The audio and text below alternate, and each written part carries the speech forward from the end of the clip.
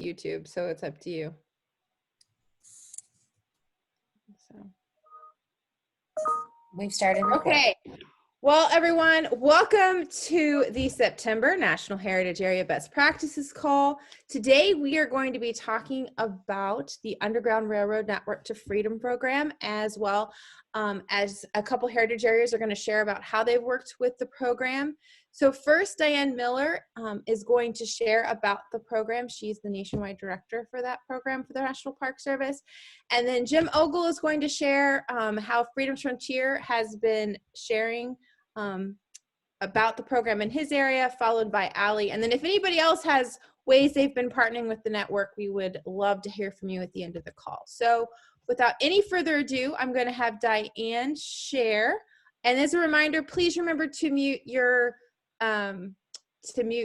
Zoom accounts so that there isn't any background noise. And we will be recording this, so if you have to drop off to leave to another meeting or you join late, you will be able to hear the whole thing at a later date. All right, Diane. Okay, thank you. Let's see if I share the right screen.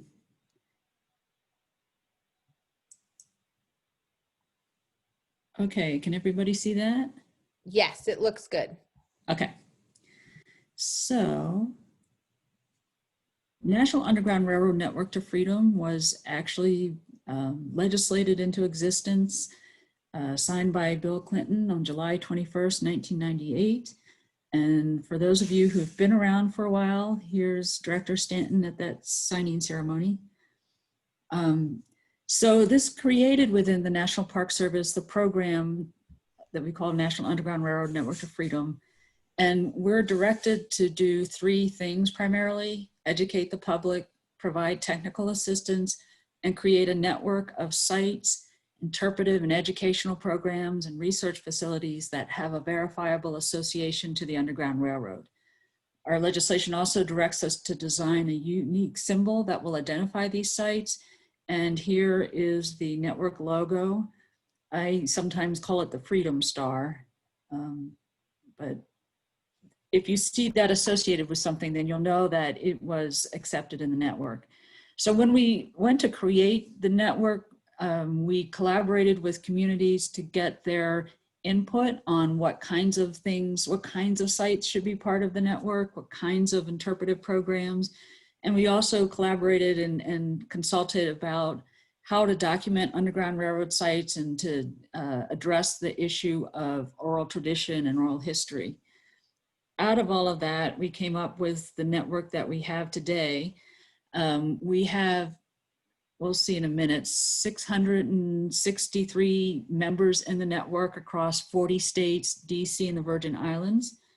And out of that, we've come to understand the network or the Underground Railroad as the resistance to enslavement through escape and flight, focusing on the journey of those freedom seekers who self-liberated and took the journey to freedom. Sometimes they went without assistance and sometimes they were assisted.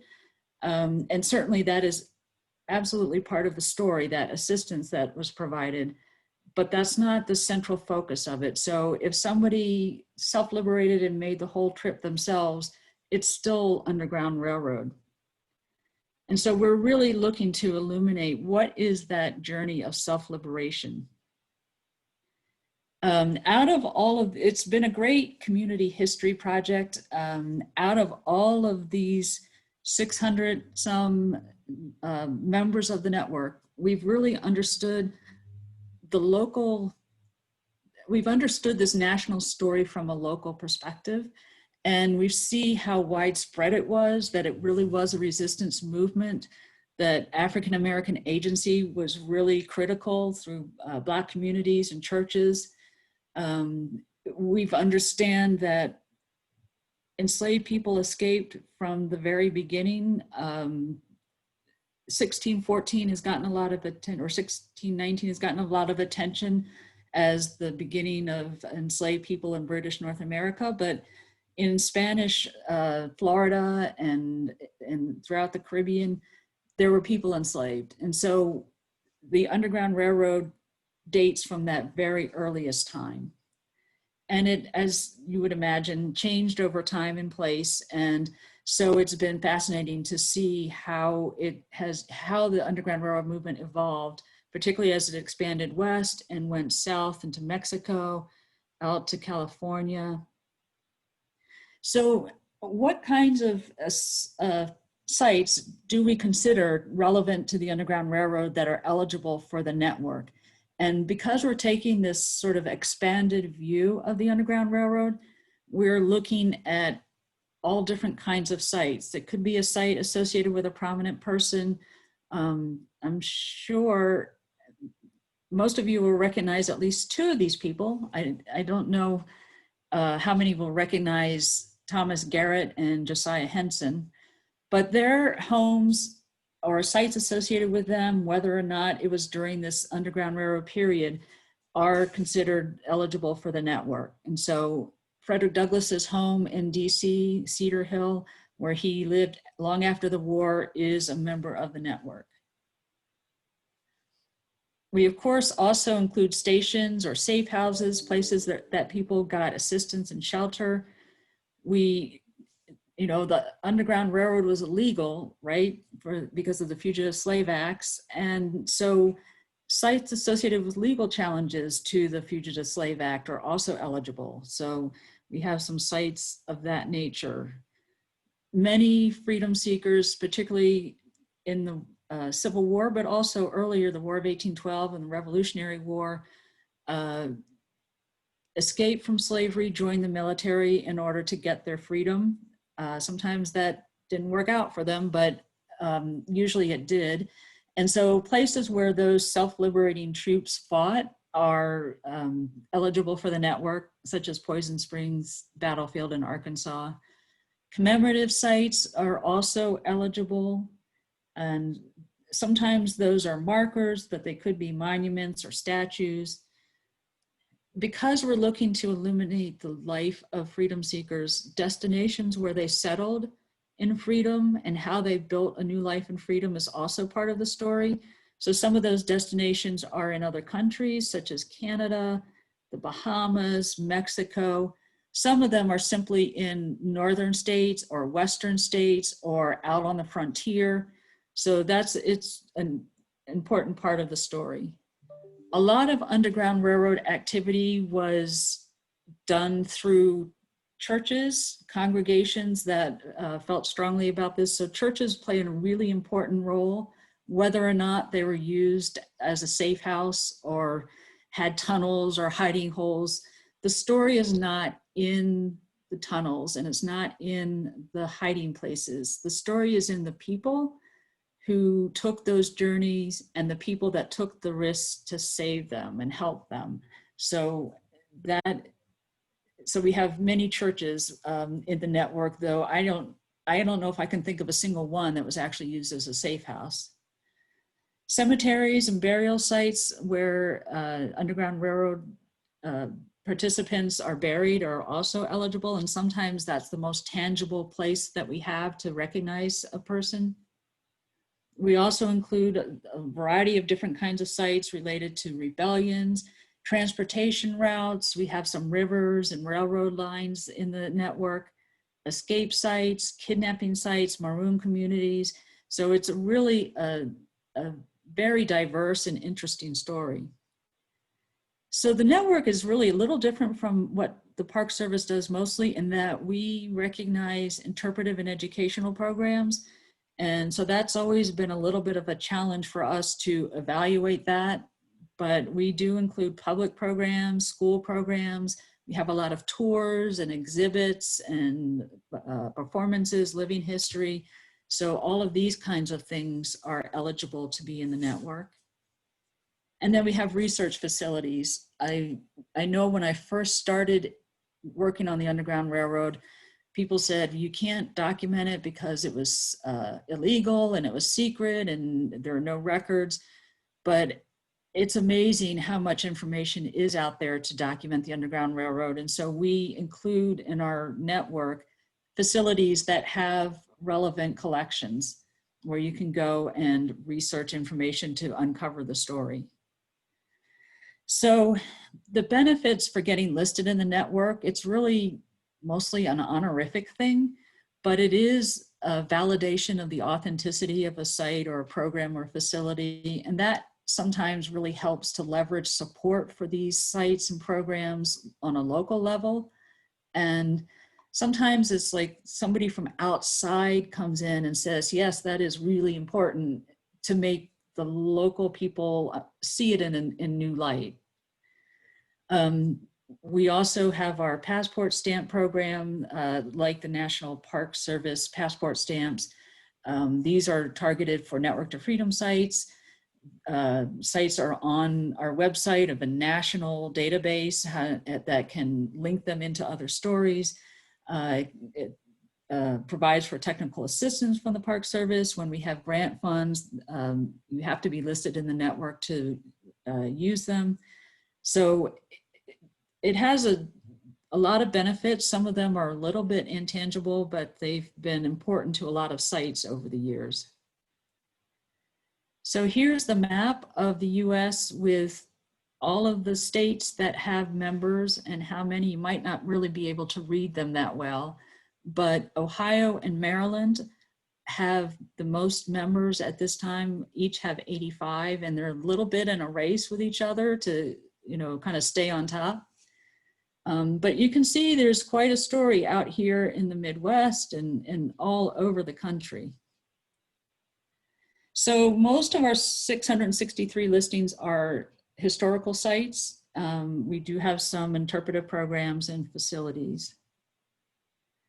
So opportunities for collaboration. I know you will hear more about these two from our next speakers, but last year we worked with Niagara Falls Heritage Area and a number of partners in New York to put on a training.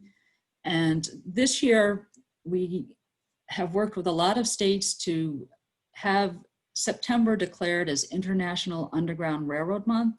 This is an idea that came from Maryland, and they challenged other states to do that. So Jim Ogle will talk about Kansas's participation in that.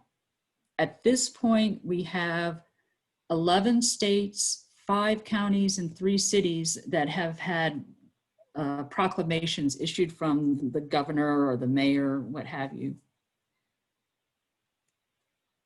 So another good place, I think, to start with opportunities for collaboration. This is a map off of our website, and it's an interactive map, actually,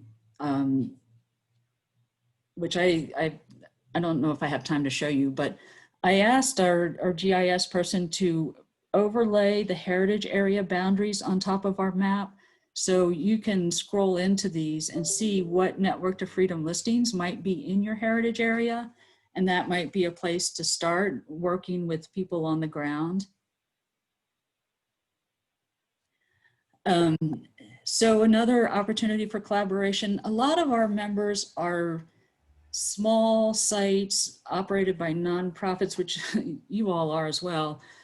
They don't have a lot of resources, and so there's a lot of opportunity to support them with collaborative interpretation, heritage tourism, and marketing. Helping them kind of network with each other would be a great way that heritage areas, I think, could help support some of these sites. There certainly is opportunity to collaborate on preservation. This is one of my favorite sites in Topeka. And this is what it looked like here and here when I first saw it. And the transformation is amazing. I can't wait to see when it's finished being restored, or I'm not sure which word to use, but they're recreating the facade. So here's another site. You can see what it looked like when I first saw it. And now they've stabilized it and shored it up. They've moved it and they're preserving it. And this site, you can see from this snippet out of our map, is right on the border of the Erie Canal heritage area. So another way that people, heritage areas could collaborate is that there are a lot of Underground Railroad stories still left to tell. Our 663 members are really probably just the tip of the iceberg.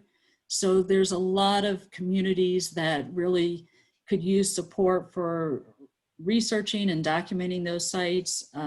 This is a local library in Ripley, Ohio. They have a lot of local records to research the Underground Railroad. And then this is the Network to Freedom application form. A lot of times the local communities will have done wonderful research and they'll know the story. They have a challenge trying to get it written into a narrative that kind of explains it concisely. And so any support you could give for that would be really important. And so we love to partner with heritage areas or anybody else out there. The whole approach of the network is just to bring people together and work on common projects. So I will stop there.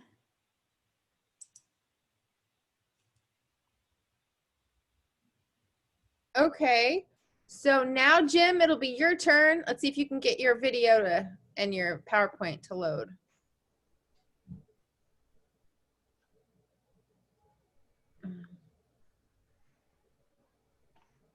Everybody, Yay! we got it? We got it. Well, first off, because I'm fearful that I will forget, I want to thank Diane for her inspiration, because it was a webinar she sent us a notice for July 1st to engage and involve and see if in short notice we could develop a program for the Underground Railroad Network to Freedom, and celebrate the month that got us really engaged and involved and our partners engaged and involved. And when you add to that the kind of support that we get from Deanda Johnson out of the Omaha office and the help that we've gotten over time, and then combine that with people like Amanda Pollock, who helped us in some of the execution to get all these things done. It usually takes months and sometimes a year to get certain things done. And in 90 days, I think we got some extraordinary elements put together. So let me share some of those things with you along the way. Now, as Diane pointed out, we are the farthest most western, slightly orange marker, 21 sites in the state of Kansas. Freedom's Frontier also is in the state of Missouri in the western boundary and has 4 sites in Missouri, but only 1 is in Freedom's Frontier's footprint along the way. So many people understand and associate the Underground Railroad with these different routes you see here, but I call your attention to the west and for the route that comes out of Missouri into Kansas and Nebraska and then up to Iowa, and hopefully for those who are seeking freedom out of the United States into Canada so they cannot be tracked along the way. We have a total in Kansas of 21 sites that have been recognized, or 21 sites, programs, or interpretive elements along the way. A number of them are physically visitable, and a few of them are open, but most of them are not along the way. We gathered that group together and we set up some goals to try to make this a special project in our heritage area. Now, that includes both Missouri. This is Governor Michael Parsons' signature on the proclamation from Missouri for International Underground Railroad Month. And then, of course, Governor Laura Kelly of Kansas issued a proclamation as well along the way. But the state of Kansas went a couple of extra steps in its partnership with us. First of all, it created this website on the Travel Kansas website and began promoting it. about National Underground Railroad Month. It built stories about the Underground Railroad sites that exist in Kansas and how you can visit them along the way. But they also created a special video to help promote Underground Railroad Month. And I want to play that for you now.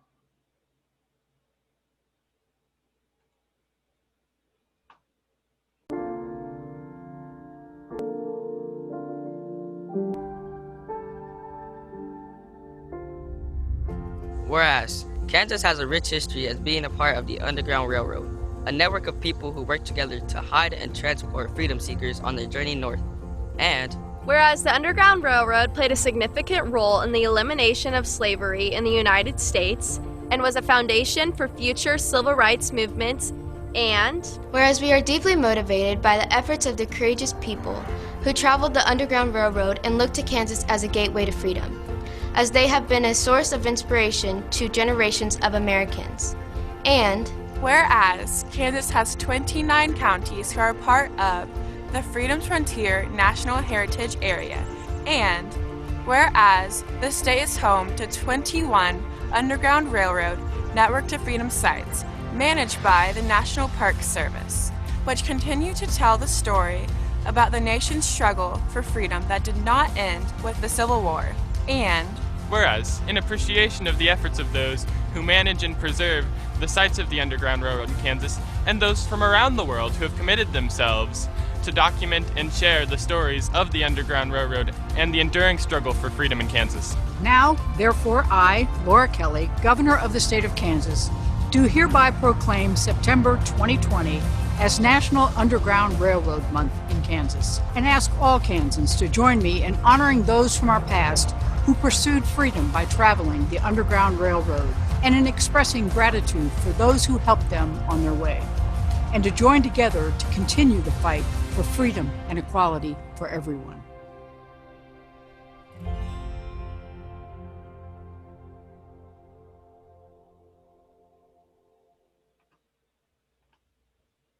So that spot has been shared and running throughout the state.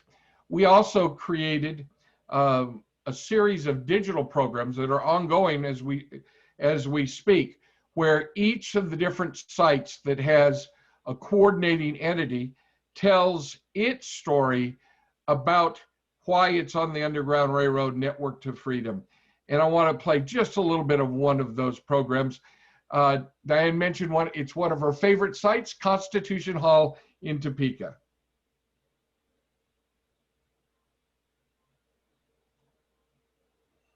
Landmark located at 427-429 South Kansas Avenue, just 5 blocks north of the present state capitol. We thank historians Doug Wallace and Don Lambert. Doug will speak with you shortly. Restoration planning has led to research on the building, its events, and its people. We will highlight 1, national conditions for Free State efforts in Topeka, which range of activities was called the Topeka Movement. 2, its significant events in Constitution Hall. And 3, the role of the building in regional Underground Railroad. We'll conclude about the Crossroads to Freedom. So that gives you a little bit of the feel of the programs. Each of them is unique, running from 35 to 55 minutes in length. They're available both on the Freedom's Frontier Facebook page and also on our YouTube page. And once completed, we will be building an entire page on the Freedom's Frontier website that has all of the programs shared from along the way. The final element that was so important to this was we've just recently launched a new app to help discover the sites in Freedom's Frontier. And we created a very special tour, and we have it on our front page during the month of September, International Underground Railroad Network to Freedom Tour. It lists all the various sites and allows people to connect to see more about the National Park Service's Underground Railroad site as well. We also, when people visit the sites, we have geo-fenced around those sites. And if they visit the sites, they can earn one of the digital passport badges for the Underground Railroad Network to Freedom. And here's an example of one of those. And as you can see, I earned mine on September 5th at 1:40 in the afternoon by coming by the old Quindaro Museum. So I hope this gives you a feel of some of the things that we've tried to accomplish. And we're not done here. We effectively created a working group of the individual sites and people who are interested in the Underground Railroad. Probably for the first time in a number of years, all these folks have gotten together via the power of Zoom right now, and hopefully someday in person. As soon as this month is over, we're going to be regathering and plotting how we can support the applications of many additional sites, programs, and partnerships so that they can be recognized in time for International Underground Railroad Month in 2021. So that's what we've had underway here and will continue to have underway as part of our efforts for the Underground Railroad.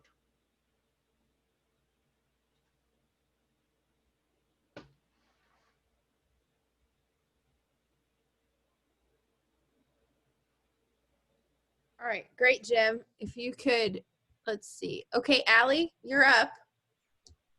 Okay, thanks, Heather. Hi, everybody. Thanks, Jim and Diane. It was great to hear from both of you on the work that Network to Freedom is doing and what Freedom Frontier National Heritage Area is doing as well. I don't have any slides or anything for everybody today. I just wanted to kind of give a little bit of a background on something, on a specific program that we worked with Diane Miller on last year, which was the Network to Freedom training that we held here in Niagara Falls, in the Niagara Falls National Heritage Area in September of last year. And basically the idea really started from working with Diane and going to Network to Freedom conferences previously. I'm also affiliated with the group, the Underground Railroad Consortium of New York State. And in that group, I represent both the Niagara Falls National Heritage Area and also our state heritage area, the Niagara Falls Underground Railroad Heritage Commission. So through that group, which formed in 2015, it's a group of Underground Railroad sites and partners and supporters throughout New York State. Formed in 2015, we do a lot of different things in terms of trying to promote and advocate for New York State's Underground Railroad history, and really through a partnership and collaborative effort amongst our sites and programs. So we got together and talked to Diane, and we had said, you know, we really want to see the annual Network to Freedom conference come to New York State and be able to really host it here, be able to talk a little bit more about the Underground Railroad history in New York State. And then we also had decided and proposed on having the location for the conference be in Niagara Falls, a very, very important place on the Underground Railroad. Our stories here really revolve around the resistance to slavery as being a final stop on the Underground Railroad, the city and area itself. Freedom seekers would cross on the Underground Railroad at the base of Niagara Falls on ferry boats, on the suspension bridge, including Harriet Tubman and many others. So it's very important Underground Railroad history right here in our backyard, and we felt that to host a large conference here with our partners and with our other sites in this area, it would be the perfect place for the 2019 conference. So luckily Diane also agreed, and the team from Network to Freedom supported that, and we started to plan to move that forward in 2019. We decided on a shift from a conference model to more of a training model, really wanting to be a little bit more immersive and train a little bit more in Underground Railroad interpretation, the authentic stories of the Underground Railroad, and again, get away from kind of the traditional conference model a little bit there. So in the planning process, we decided to have a really big focus, of course, on New York State Underground Railroad history, but also on local history. So we started really working together as kind of like a three-group partnership between Network to Freedom, Niagara Falls National Heritage Area, and the Underground Railroad Consortium of New York State. Our major role was that we were doing most of the on-site logistics here in Niagara Falls. It's kind of being the local entity to help coordinate everything. we used our partnerships that we had already have built over here in our area to make the training a success here in the area. We ended up hosting the training at Niagara University, we've been doing lots of work with and lots of partnership work with for as long as we've been here as a National Heritage Area. And that was a really great partnership too, to be able to work locally in that way. We also worked with our other local sites and Underground Railroad partners to bring people to the conference, to involve people in the conference, to bring in speakers and everything as well. We did something that was, I think was kind of cool, which was a dine around idea that was a little bit different than the normal conference model of having dinners and things like that. And the dine around program that we had featured local restaurants. We worked with a lot of our community members to identify and partner with local restaurants that normally don't necessarily see a tourist crowd. And we really want, which happens a lot in Niagara Falls, of course. And we really wanted attendees and participants in the conference to really get a feel for the local history and culture here in Niagara Falls, including going to local restaurants and everything like that as well. So we did a couple different field sessions. One was actually within Canada. We also did another one, and we also did another one in Buffalo. The Canadian one was a little bit separate, but people were able to do that if they could. We also did one in Buffalo and Niagara Falls, connecting all of the sites, which was really great. And overall, the training itself was really successful. I think that the partnerships that we established between our entities working together, we had kind of a big team once we brought everyone together. But I think what was really successful about that was we were all very invested in making this a success and building this new model of the training program. It was really great to work with Diane and also all the other entities involved in the team to really make this a reality here for us in Niagara Falls. So I think that in a lot of ways, the work that we did in those kind of partnerships with bringing this training, it continues to build upon expanding the awareness of the Underground Railroad here in our area, and really trying to get those unique stories out even further and continuing to build relationships. I'll just end my little report here that the vibes that that were felt those couple of days during the training were really inspiring, really positive, and so many connections were made. It was a really great atmosphere. I'm very thankful for that opportunity. So thank you, Diane, for always being willing to work with us and to help bring this training to Niagara Falls and make it a reality for us last year in 2019. Thank you, Allie. All right, before we open it up for questions, did anybody else want to share? I was going to open it up and ask if anybody else wanted to share about how their heritage area has worked with the Network to Freedom. And if not, that's fine. We'll go right into questions. But I just wanted to give an opportunity.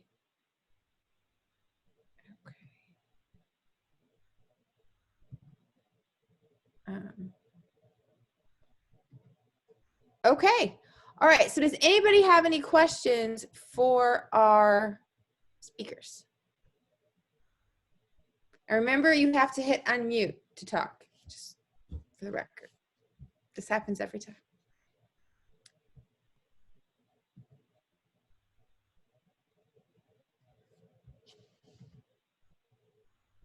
Questions?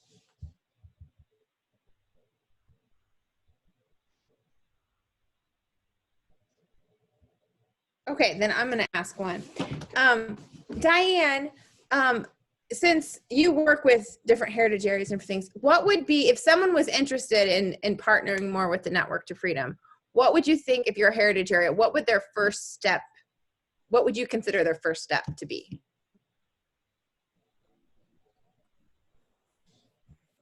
Don't forget to unmute. Working on it. There we go. Well, I think the first step would be just to reach out to me or to the regional coordinator that covers your area and talk about what sort of project or partnership you'd like to have. And, you know, we're always interested in collaborating on creative ideas. I mean, we work in so many different areas like preservation and interpretation, heritage tourism, research, that we can probably partner on just about any kind of project. And so I would just say, reach out to us. Another thing I would recommend is looking at the map on our website and seeing what Network to Freedom sites might be in your area, what Underground Railroad stories are there, and reaching out directly to those members would be another possibility. All right, and one quick follow-up. Where would they find who their regional coordinator is? Well, that is a good question. I know who the one in the Midwest is, but you know, who if you're not like, how do you figure that out? So we have two websites because the way the Park Service does the web. We have a subject site on the Underground Railroad, but we also have an organization site that just talks about the program and what we do. So either one of those will have contact us information.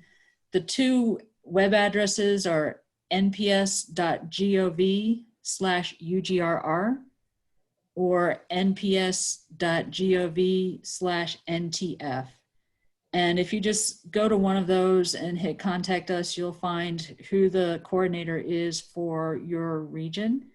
And I see my colleague Day is out there, and she's posted a link to the website. Yes, she did. It's in the chat. So those of you who would like to get those links, it's in the chat. Thank you. All right. Are there other questions? This is Katie. I was going to ask. So you said like the 633 kind of scratches the surface. Are there sites that the network proactively seeks out to say, we would like this to be in the network and kind of build community that way? Or is it all grassroots up? It's a little bit of both. Mostly, well, I'll say this, we don't do applications for people, so people have to do the applications themselves. Some places, there are some people that they've been able to hire to do the applications.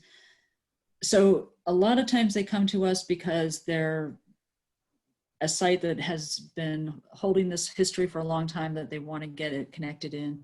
But quite often we'll see sites, we'll know of sites that are just really important, and we'll try to reach out to those property owners or people in that community to suggest that they consider listing in the network. So it's a mix of both. Do you have like a dream site that you're like, I just need this one? Well, the one I really have right now is on the top of my mind is in Boston, the Lewis Hayden House. We have a video about the Underground Railroad on our YouTube site, and it tells the broad national story focused through a particular individual who touches on a lot of themes. Lewis Hayden, and Lewis Hayden had a house in Boston. He was a big, strong activist with the Underground Railroad. So I'd love to see that, but we do require that the owners consent to listing, and the owner of that property, while they've been really open about sharing the history, have not consented to have it listed. Okay, I think Carrie Miller had a question. She was sort of, there she is. Okay, she does have a question. Hi, thank you. I'm working with Harriet Tubman Underground Railroad National Historic Site. So nice to meet you, Diane, and everyone else. And I'm wondering about a couple things. Has there ever been discussion, or is there any authorization for a grant program associated with the network? And I'd also like to learn a little bit more about technical assistance. Like if you do provide technical assistance, what does that provide access to? NPS programs or historic preservation? So it's kind of a two-part question, if that's okay. Yeah, that's fine. There is actually a grant program authorized for the Network to Freedom, and we have had it funded 4 times. The last time it was funded was in 2008, and every time Congress puts money in for it, in the next year, the budget request from the National Park Service zeroes it out. So we have been able to use some of our operational funding to fund some grant projects that we do through a partner with the Association for the Study of African American Life and History, ASALH. But the authorization for a grant program is there, and somewhere on our website, I think that legislation is probably posted. As a federal employee, I can't really advocate for funding, so I'll just leave it at that. Technical assistance. So that really varies a whole lot. It depends on what the ask is, what the member is looking for, what kind of help or support they need. So we do our best to support interpretive projects, preservation projects, research projects. And since we don't have a lot of money to just hand out for these things, a lot of that technical assistance is through providing information, providing connections to people that work in these areas. We're mostly historians in this program, so we're not expert on all of those things, but we have, I'm gonna date myself, we have Rolodexes, we have contact lists. And so a lot of what we can do is put people together with other organizations or other parts of the Park Service that might be able to provide more specific help. We also do a lot with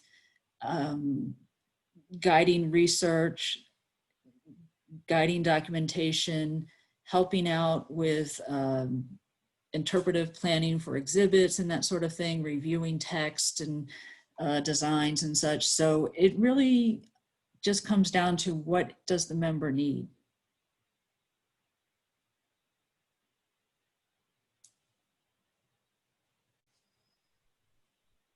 Thank you. Can I ask one more question? I don't want to dominate, but I'm wondering. Sure, about... you can ask one more question. Okay, thank you.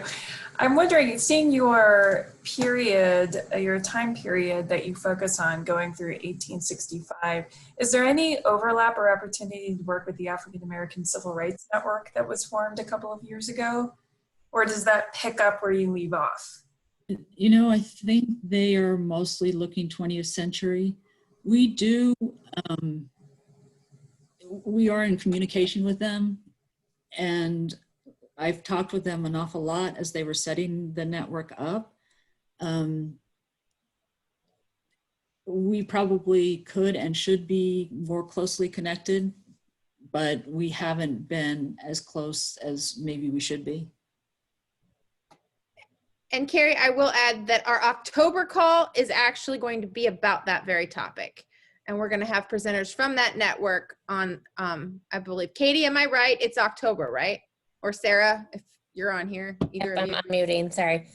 Yes, so it's going to be Thursday, October 29th at 2 o'clock. We will have folks from Park History, which are running the network itself. And then there is a separate program, unrelated, but there is a civil rights grant program, and we're kind of teaming those together. So there's a network with designations to be a part of a network like this, the Underground Railroad Network. And then there was a pre-existing grant program that's a little bit like how Diane mentioned, sometimes funded, sometimes not funded. And then we'll also hear from some heritage areas who have been fortunate enough to get those grants.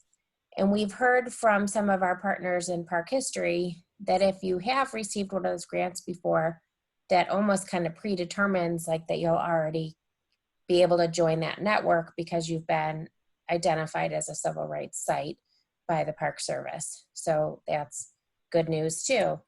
Oh, I went away. Okay. You know, so yes, October 29th, 2 o'clock Eastern. Okay, are there other questions?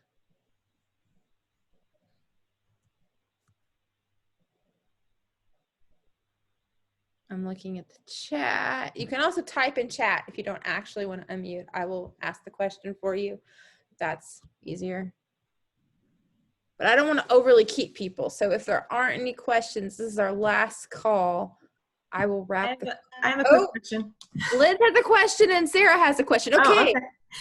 Oh, okay. So this is for Jim. Has there already been a commitment to basically make September as International Underground Railroad Month in both of those states? Is this kind of an expectation that this will carry on, or is this more of a one-time deal? I think it will carry on, but Governor Parson has announced yesterday he has COVID. He's running for re-election, and the next governor can do what they want to do. Governor Kelly has indicated, and she is in the second of her 4 years of terms, that she was very excited about this. That's why she got involved in doing the spot.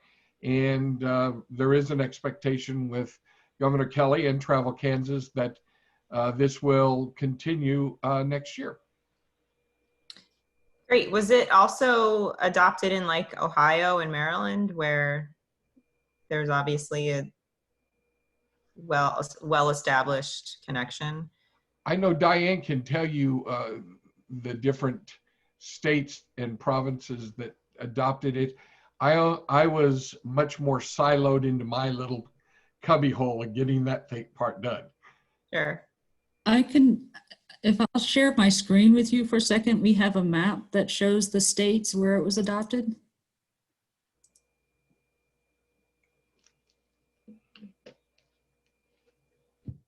If it's coming up, I don't know if it's coming up yet. And also just to add, Diane, while you're doing that, New York State is another state who did adopt Underground Railroad Month as well. Good. Cool. We have one more state to add in here. We just discovered Wisconsin also adopted Underground Railroad Month. Okay. So there's 5 counties. It's a little bit hard to see, but 5 counties, 3 cities. How did you pick September? You know, this started with the state of Maryland, who did it last year, and threw the glove down to everybody when we were at the training in Niagara Falls. They chose September because both Frederick Douglass and Harriet Tubman, who were from Maryland, self-liberated in September. And so that's why they chose that month. Okay. All right. Sarah, did you have a question? Yeah. Oh, Liz, are you done? Were you done with your question, Liz? I think so. Yeah, okay. Thank you. All right. Okay, Sarah? Yeah, I have a quick question. Thank you, Diane, and all the presenters. This is really interesting. So my question is if we have, in our heritage area, we don't have any sort of documented Underground Railroad sites, but I can think of a couple of partners who might want to develop programs around the Underground Railroad, and we certainly have documented sites of enslavement in Georgia that we interpret. And so I was wondering if one of our partners developed an Underground Railroad specific program, if that would be eligible for listing in the network. Actually, yeah, definitely. We do have interpretive programs in the network, and they don't have to be at a location of a site, but you do actually have a couple of sites in Georgia. Yes, but I didn't see any within our National Heritage area. Yeah. There's a few in the Gullah Geechee Heritage Corridor. Which heritage area are you in? Arabia Mountain. Okay. It's an itty bitty one. Gotta zoom in. Hardly find it. Oh, there it is. All right. Well, you know Small what? but mighty, right, Sarah? That's right. That's right. I bet you we can find a site somewhere. Okay. Our Southeast Regional Coordinator is in Atlanta, so maybe she can be of assistance in trying to figure out what sites might be there. Okay, You can definitely do interpretation, and that could qualify. awesome. Thank you so much. Sure. Okay, I think we have time for one more question. We had one in the chat, and this one's for you, Allie. They would like you to talk a little bit more about the conference, what like as a model or programs, or is there a website that you could send them to that would have more information? I know it was like last year's conference, but is there any of that stuff still available that they could look at online or anything? I actually, to look at that, Diane, do we have anything up still? I'm actually not sure. No, I don't think there's much up. I do want to put some material up. I'm thinking the program book, but we have to make it 508 compliant, so I'm not sure what it's going to take. Okay. But so, no, I was just going to, I'd be glad to talk with anybody, afterwards if you want to email me, and I'm sure Allie can tell you quite a bit as well. Okay. Yeah, and actually what I can send out too is the training or the Network to Freedom training booklet that basically our program booklet that goes into all the details and everything like that. I actually, for reference, have it in front of me here. But we have it in PDF form. So Heather, I could send it to you if you want to. Yeah, if you could send it to me, then Katie and I can get it sent out. So yeah, we'll share it with the recording of today's meeting. Awesome. Yeah, we can. Yes, we'll do that. Actually, send it. Do you have Katie's email too, Heather? Allie? Yes, I believe I do. Yeah. Okay. Well, if not, just send it to both of us, and if you can't find her, she sent it to me. So anyway, all right. Well, thank all of our presenters. This has been a great call. In the fact that we're supposed to wrap up at 3:00 Eastern time, I'm going to close the call. But tune in October, as Katie said, we're going to be talking about the Civil Rights Network and how heritage areas can get more involved with that, should they desire to. So thank you all for participating. We love seeing you all on Zoom, and we will talk next month. It's October 29th, Katie? Yeah, October 20th. All right, at 2:00 Eastern. All right, have a great rest of your day, everybody. Bye. Thanks for listening. Bye, everyone. Thank you. Thank you very much.